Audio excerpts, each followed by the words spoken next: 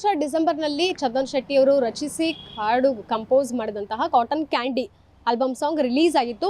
ಅದೇ 6 ವರ್ಷಗಳ ಹಿಂದೆ ವೈಬುಲ್ ಸಾಂಗ್ ಆಲ್ಬಮ್ ಸಾಂಗ್ ರಿಲೀಸ್ ಆಗಿತ್ತು. ಅದಕ್ಕೆ ಯುವರಾಜ್ ಅವರು ಅದನ್ನು ರ್ಯಾಪ್ ಸಾಂಗ್ ಆಗಿ ಹಾಡಿದ್ರು. ಸದ್ಯಕ್ಕೆ ಈ 2 ಸಾಂಗಲ್ಲಿ ಒಂದು ಚರಣ ಇರ್ಬೋದು, ಪಲ್ಲವಿ ಇರ್ಬೋದು, ಸೇಮ್ ಇದೆ ಅನ್ನುವಂಥದ್ದು ಒಂದು ಆರೋಪವನ್ನು ಯುವರಾಜ್ ಅವರು ಮಾಡ್ತಿರುವಂಥದ್ದು. ಸದ್ಯಕ್ಕೆ ನಮ್ಮೊಟ್ಟಿಗೆ ಇದ್ರ ಬಗ್ಗೆ ಸ್ಪಷ್ಟನೆ ಕೊಡೋದಕ್ಕೆ ರ್ಯಾಪರ್ ಯುವರಾಜ್ ಅವರೇ ಇದ್ದಾರೆ. ಅವ್ರನ್ನೇ ಮಾತಾಡಿಸ್ತಾ ಹೋಗ್ತೀನಿ ನಾನು.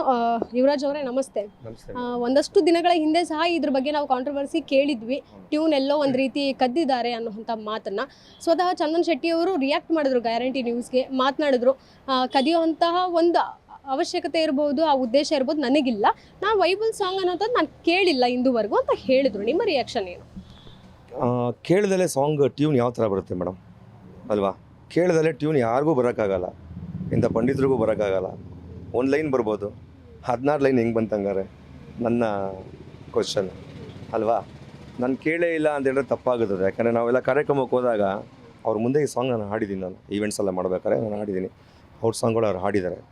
ಕೇಳಿಲ್ಲ ಅನ್ನೋದು ಅವ್ರದ್ದು ಏನೋ ಮೈಂಡ್ ಏನೋ ಇರ್ಬೋದು, ತಲೆಗೆ ಅಷ್ಟು ಹಾಕೊಂಡು. ಬಟ್ ಆ ಟ್ಯೂನ್ ಎಲ್ಲ ಹೇಗೆ ಅದೆಲ್ಲ ಅಷ್ಟು ಒಂದೇ ಥರ ಬರುತ್ತೆ? ಸ್ವಲ್ಪ ಚೇಂಜಸ್ ಆದ್ರೂ ಇರಬೇಕಲ್ವಾ? ಒಂದೇ ಥರ ಇದೆ ಮೇಡಮ್ ಟ್ಯೂನ್ ಎಲ್ಲ. ಅಂದರೆ ಒಬ್ಬ ವ್ಯಕ್ತಿಗೆ ಬರುವಂಥ ಆಲೋಚನೆ, ಐಡಿಯಾ ಇರಬಹುದು, ಇನ್ನೊಂದು ವ್ಯಕ್ತಿಗೆ ಬರಬಹುದು.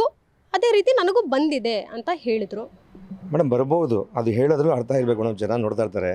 ನಾನು ಹೇಳಿದ್ನಲ್ಲ, ಒಂದು ಸಾಲು ಬರ್ಬೋದು, ಅದೇ ಹೇಗೆ ಅದು ಪಲ್ಲವಿ ಅಷ್ಟು ಸಾಲು ಒಂದೇ ಥರ ಬರುತ್ತೆ? ಚೂರು ಚೇಂಜಸ್ ಇಲ್ವಲ್ಲ ಅಲ್ವಾ? ಚೂರು ಚೇಂಜಸ್ ಇಲ್ಲ, ಒಂದೇ ಥರ ಇದೆ. ಇದು 100ಕ್ಕೆ 100 ಸತ್ಯ ಕಾಪಿ ಮೇಡಮ್. ಇದು ನಿಮ್ಮ ಗಮನಕ್ಕೆ ಬಂದಿದೆ ಯಾವಾಗ? ಅಂದರೆ ಸಾಂಗ್ ರಿಲೀಸ್ ಆಗಿದ್ದು ಡಿಸೆಂಬರಲ್ಲಿ. ಹಾಂ ಹೌದು.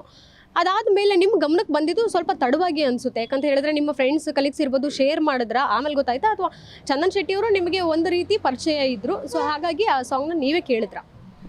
ನನಗೆ ಟ್ರೋಲ್ ಪೇಜಸಲ್ಲಿ ನನಗೆ ಮೆಸೇಜಸ್ ಬಂದಿತ್ತು. ಯಾವ ಥರ ಅಂದರೆ, ನನಗೆ 2ನೇ ತಾರೀಕು ಏನೋ ಬಂದಿತ್ತು ಮೇಡಮ್. ಯಾವ ಥರ ಅಂದರೆ, ನಾನು 31st ಈವೆಂಟ್ ಎಲ್ಲ ಇರುತ್ತಲ್ಲ, ಈವೆಂಟ್ಸ್ ಎಲ್ಲ ಮುಗಿಸ್ಕೊಂಡು ರೆಸ್ಟ್ ಮಾಡೋಣ ಅಂತ ಮನೆಗೆ ಬಂದು ಮನಗಿದೆ. ಬೆಳಗ್ಗೆ ಎದ್ದು ನೋಡಿದಾಗ ಟೋಟಲ್ ನನಗೆ ವೀಡಿಯೋಸ್ ಬಂದಿತ್ತು. ಪ್ಲೇ ಮಾಡಿ ನೋಡಿದಾಗ ಸೇಮ್ 2 ಟ್ಯೂನ್ ಒಂದೇ ಥರ ಇತ್ತು. ನಾನು ಯಾರನ್ನ ಕೇಳೋಣ ಅಂದರೆ ಗೊತ್ತಾಗ್ತಾ ಇಲ್ಲ. ನನ್ನ ಫ್ರೆಂಡ್ಸ್ ಕಳಿಸ್ತಾರಲ್ಲ, ಇಲ್ಲ ನನಗೂ ನೋಡಿದೆ ಈ ಥರ ಬಂದಿತ್ತು, ನಿಮ್ಗೆ ಕಳಿಸ್ಬೇಕು ಅಂತ ಕಳಿಸ್ತೆ ಅಂತ ಕೇಳಿದ್ರು. ಬಟ್ ಕೇಳಿದಾಗ ಒಂದೇ ಥರ ಟ್ಯೂನ್ ಇತ್ತು ಮೇಡಮ್. ಅದು ಮತ್ತು ಕ್ರಾಸ್ ಚೆಕ್ ಮಾಡ್ಸೋಕ್ಕೋಸ್ಕರ ನೀವೇನಾದರೂ ಮತ್ತೆ ನಿಮ್ಮ ಫ್ರೆಂಡ್ಸ್ ಇರ್ಬೋದು, ಅಕ್ಕಪಕ್ಕದಿರ್ಬೋದು, ಅಥವಾ ಕ್ಲೋಸ್ ಇರೋ ಅಂಥವ್ರು ಕೇಳಿಸಿದ್ರ, ಸೇಮ್ ಇದೆಯಾ ನೋಡು ಒಂದ್ಸಲ, ನಿನಗೂ ಅದೇ ರೀತಿ ಕೇಳಿಸ್ತಿದ್ಯಾ ಅಂತ? ಯಾಕಂದರೆ ನೀವು ಮಾಡಿರೋ ಸಾಂಗ್ ನಿಮ್ಗೆ ಖಂಡಿತವಾಗ್ಲೂ ಅದ್ರ ಮೇಲೆ ಪ್ರೀತಿ ಹೆಚ್ಚಾಗಿ ಇದ್ದೇ ಇರುತ್ತೆ. ಸೊ ಹಾಗಾಗಿ ಕ್ಲಾರಿಫಿಕೇಶನ್ ತೊಗೊಳಕ್ಕೆ ಏನಾದರೂ ಬೇರೆಯವ್ರ ಅಭಿಪ್ರಾಯ ಕೇಳಿದ್ರಾ? ಫಸ್ಟು ನಾನು ಕೇಳಿದಾಗ ನನ್ನ ಸಾಂಗ್ ನಾನೇ ಹಾಡಿಕೊಂಡು, ಔಟ್ ಸಾಂಗು ಟ್ಯೂನ್ ನನ್ನ ಟ್ಯೂನ್ ಇರೋದ್ರಿಂದ ಔಟ್ ಸಾಂಗು ಲಿರಿಕ್ಸ್ ನಾನು ಬರ್ಕೊಂಡು ಹಾಡು ನೋಡಿದ್ರೆ ಒಂದೇ ಥರ ಇತ್ತು. ಬೇಡ, ನಂದು ಒಂದು ಸಜೆಷನ್ ಬೇಡ ಅಂತ ಕೆಲವು ಜನ ಈ ಮ್ಯೂಸಿಕ್ ಸಂಬಂಧಪಟ್ಟಿರೋರಿಗೆ ನಾನು ಶೇರ್ ಮಾಡಿ ನೋಡಿದೆ. ಎಲ್ಲ ಹೇಳಿದ್ರು ಪಕ್ಕ ಇದೆ, ಇದು ಒಂದೇ ಥರನೇ ಇದೆ, ಸೇಮ್ ಚೇಂಜಸ್ಸೇ ಇಲ್ಲ ಅಂತ ಹೇಳೋ. ಟ್ಯೂನ್ ಅಷ್ಟೇ, ಲಿರಿಕ್ಸ್ ಬೇರೆ ಇದೆ, ರಿದಮ್ ಬೇರೆ ಇದೆ. ಟ್ಯೂನ್ ಸೇಮ್ ನನ್ನ ಟ್ಯೂನ್ ಇದೆ ಮೇಡಮ್. ಹೌದು.